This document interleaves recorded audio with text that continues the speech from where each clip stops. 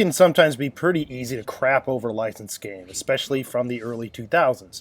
Now, to top that off, during the same period, EA was often criticized for their yearly cash grabs with sports titles. However, it was around that time when the company started diving further into developing games based on existing, and usually popular, franchises. Now, enter the Lord of the Rings franchise. EA had a deal with Peter Jackson and crew to develop a game based on the blockbuster movie. But is The Two Towers on the GameCube worth adding to your collection all these years later? Danny from the Famicast here. If this is your first time coming to the channel, make sure to subscribe and turn on those notifications, because today we're taking a look at the Japanese version of The Lord of the Rings, The Two Towers on the GameCube. For a little bit of background here, The Two Towers was a multi-platform title that first saw a release on the PlayStation 2 in October 2002, with the Xbox and GameCube versions coming in December of the same year. For Japan, and also Europe, the game didn't see a release until the following year, and in Japan on February 14th, 2003, which makes sense seeing as the film premiered in Japan a day after the release of the game. Now, I just want to note here too, a Game Boy Advance version was also released, but is more tailored to that system, and it's quite different from this home console version, and that's just a review for another time.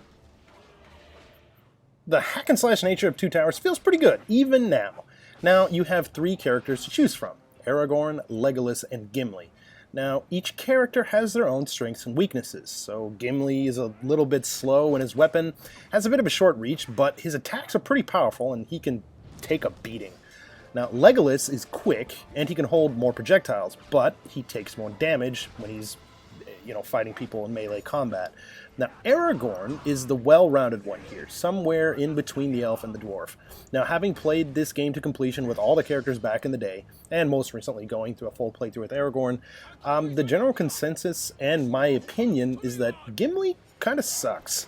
Now, if you want a challenge, that would definitely be the way to go here, just playing through the game as Gimli. Legolas, too, he may be fast, but his close-range attacks aren't so great, kind of like I mentioned above. Now, Aragorn is the best character in the game, especially for first-timers or gamers getting back into the game after a really long time from not playing. It doesn't really matter which character you choose here either, so the story will progress in the same way, maybe with a few different lines from your chosen characters being the only difference. Now, while the game does a good job at recreating the movie and then some, it should be noted that levels are fairly linear. Now, with around a dozen stages or so on offer, the game can be completed rather quickly, but EA wanted to keep gamers coming back to the game with all of the characters so that they can access the extras. Now, these are actually pretty robust for a game, especially during the time. I mean, you have interviews with the actors, art galleries, and even, if you clear the story, there's an extra level that you can play and an extra character that you can unlock. I'm not going to spoil that. You could probably just check out Game FAQs or something and get it spoiled for you. But I mean, these are pretty cool additions, particularly the interviews, as they were, and still are to this day, a rarity when it comes to being included in games. Controls here feel pretty well overall. However, there are some issues. So just to kind of go over it here, basic attacks are done with A, strong attacks with Y, kicks with X, and projectiles by holding the shoulder button and then pressing A button, basically. Now, there is a block move that is also here, and it's assigned to the B button. Now, while this is pretty much a cut and paste kind of job from the PlayStation 2, if you played the GameCube any length of time, you'll probably know that the B button on the Cube is just a little bit uncomfortable, especially here. And I think even more so because you're going to be mashing on that block button pretty frequently when you're playing this. Now, also, unlike with modern games here too, you're unable to adjust the camera. So, I mean, you're going to go in, you're probably going to try to move around that C-stick, but it's not really going to do much. Honestly, it wasn't that huge of a deal, though, as generally the camera is where it needs to be. I mean, there were a few exceptions here and there where, sometimes the camera changes to some kind of another dynamic view, and you just kind of have to adjust. It's not that bad. The Two Towers does offer an upgrade or leveling system here, so after each level you receive a rank based on how you performed, and these go from fair, good, excellent, or perfect. And these are determined by how you do in battle. So while playing, you're going to get higher marks for killing enemies and avoiding damage. Now, so basically, yeah, just try not to get your ass kicked. Now, if this gets interrupted, it'll result in basically getting lower ranks per kill. So these translate, at the end of all of this, these translate to skill points that can be used to upgrade your characters after battles.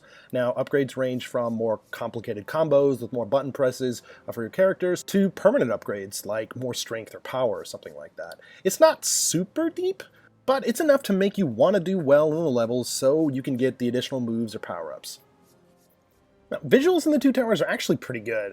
The game runs pretty smoothly, and the in-game models look pretty close to their real-life counterparts. Gimli is probably the only exception here with his model, particularly with these close-up models that they made for him, like his face. Those just look a little bit weird. Now, the main character model, though, from afar, it seems fine with Gimli, but yeah, I digress. Locations here are also pretty well crafted and look pretty spot on. Of course, with this being a game, some liberties were taken when it came to the story. And of course, with these locations. So you'll definitely see some things that weren't in the movies, but they definitely make for interesting additions to a gamified version of it. Now, one of the coolest things here has got to be the transitions between in-game visuals to movie clips. I mean, this is just really, really well done. I honestly can't think of another game, at least from the time that this was released, that did anything like this, or did anything as well as EA did, with the Two Towers. Now, the visual and audio quality might not quite be there, but the techniques of implementing these films into the game were fantastic. Now, speaking of visual and audio quality, the GameCube version of the game falls short in this area. Now, just for the record, I've played the game on all three consoles, the PlayStation 2, Xbox, and the GameCube. I even owned the PlayStation 2 version back in the day, and I rented the Xbox version. Now, while my memories of the Xbox version are a little bit hazy, the GameCube version definitely was lacking when it came to both video and audio quality compared to the PS2 version. Now, videos here are less detailed, kind of like artifacty, and the sound, particularly in some of the recordings of the NPC, are kind of distorted, with the audio sometimes popping at inopportune times. They're just not sounding as clear as you would expect it to. Now, this doesn't ruin the experience at all, but I think you will notice it. Still, it was really cool seeing clips of this movie on my GameCube well before the movie was on DVD. Regardless of what you think about the quality of this game, it actually sold pretty well across all platforms. So of course, with the PlayStation 2 being at the top during that console generation, over 4.5 million copies were sold on the platform.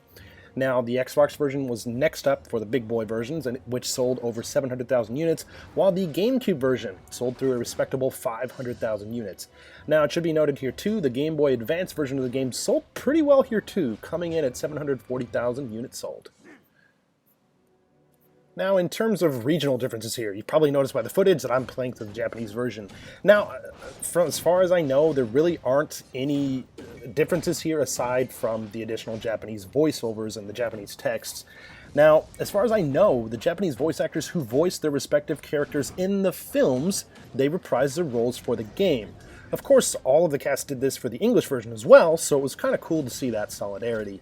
Now, one other difference I did notice didn't have to do with the game per se, but rather with the manual. So the North American version comes with a black and white manual that uses screenshots from the PlayStation 2 version of the game. An understandable but disappointingly lazy way for EA to cut costs. Now, the Japanese version, however, features a full color manual that features color screenshots from the GameCube version of the game.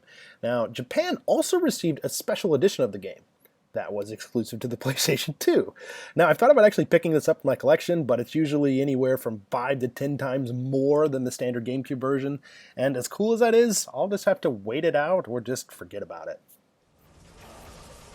I think that, in this era of gaming, you have to remember that typically the GameCube versions of any multi-platform games were just kind of like a bit of an afterthought here. But I will say, the team behind the GameCube port here, Hypnos Entertainment, they really did a fantastic job here. So much so, in fact, that they were the ones to develop the sequel, Return of the King, on all platforms. And they also went on to develop tons of other popular games with EA. So, I mean, good for them. Now, is the Two Towers on the GameCube a perfect game? No, it's not. But I think production values here are pretty high. The game runs smoothly, and, aside from my annoyance with the B button for blocking, this game still is really fun to play. It's not easy, and playing as Gimli might make you want to throw your controller through the TV, but if you have any affinity for Lord of the Rings, you should pick up the Two Towers on any of these platforms. As always, thanks for checking out this video. If you like what you see, please feel free to give us a like. If you're new to the channel, please feel free to subscribe. We've got tons of podcasts, video reviews, special videos, and a whole lot more. Again, this is Danny from the Famicast. Thanks for watching, and we'll catch you later.